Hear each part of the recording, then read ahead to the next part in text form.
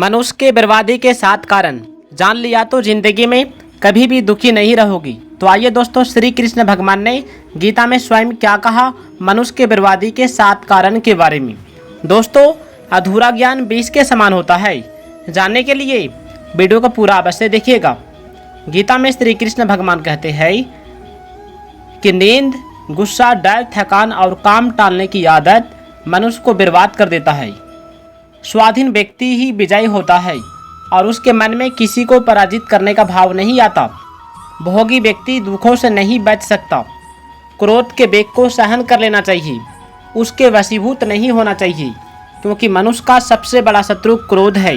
क्योंकि क्रोध के आवेश में आकर कोई भी व्यक्ति अपने माता पिता को, अपने गुरु को, यहाँ तक कि अपने से बड़ों को भी हत्या कर देता है। अतः हमें क्रोध के आवेश से बचना चाहिए। अब कहा जाता है कि क्रोध से हम कैसे बचें। यदि हमें अचानक क्रोध आ जाए तो हमें शांत रहना चाहिए और कोई महापुरुष का किताब मिले तो उसे अवश्य पढ़ना चाहिए और मौन धारण करके मन मन में श्री कृष्ण भगवान का जाप करना चाहिए।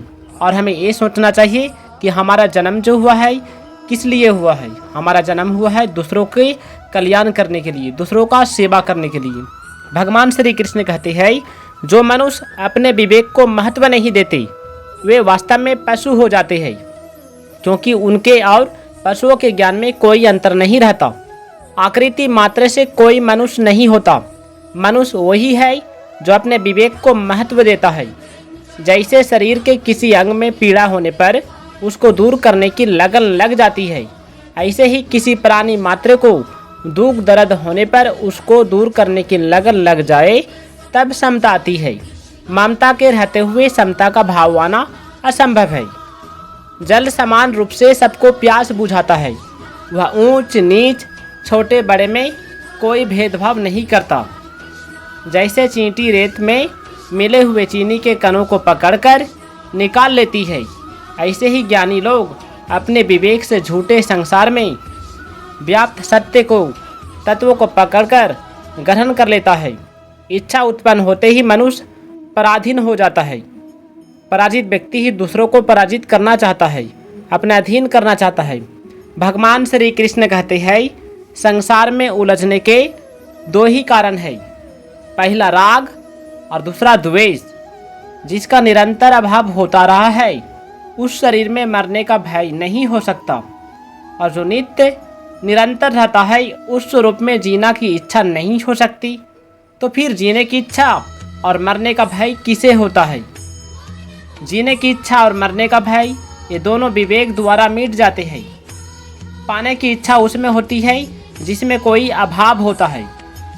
शरीर को संसार की सेवा में लगा देना कर्म योग है, और शरीर से स्वयं अलग हो जाना ज्ञान योग है। दोनों का परिणाम एक ही होगा। दोनों ही साधनों से संसार से संबंध विच्छेद होकर अपने स्वरूप में स्थित हो जाएगी। कर्मों से कुछ न कुछ पाने की इच्छा ही बंधन में डालती है। इसके विपरीत कुछ भी न पाने की इच्छा होने पर भी अकर्म हो जाते हैं। जिनको साधारण मनुष्य अपना मानते हैं वे शरीर, इंद्रियां, मन, बुद्धि वास्तव में किसी भी दृष्टि से अपने नहीं है, बल्कि मिले हुए हैं और निश्चित ही बिछुड़ने वाला है। इनको अपना मानना सर्वदा भूल है। साधारण लोग फल पाने के लिए कर्म करता है, लेकिन कर्मयोगी फल के लगाव को मिटाने के लिए कर्म करता है। फल की इच्छा को मिटाने के लिए शरीर, इंद्रियां आदि को कभी भी अपना नहीं मानना चाहिए। संसार के सुखों की कामना और मोह के त्याग से शांति मिलती है। जैसे नींद के समय जब सांसारिक चीज़ों को हम भूल जाते हैं तो हमें शांति का अनुभव होने लगता है। निंदा, स्तुति, आदर, अनादर, धन, निर्धनता, यश, अपयश, लाभ, हानि, जन्म, मरण, रोग, निरोग आदि सभी परिस्थितियां कर्मों के अधीन है। शुभ कर्मों से अनुकूल परिस्थिति और अशुभ कर्मों से प्रतिकूल परिस्थिति का सामना करना पड़ता है।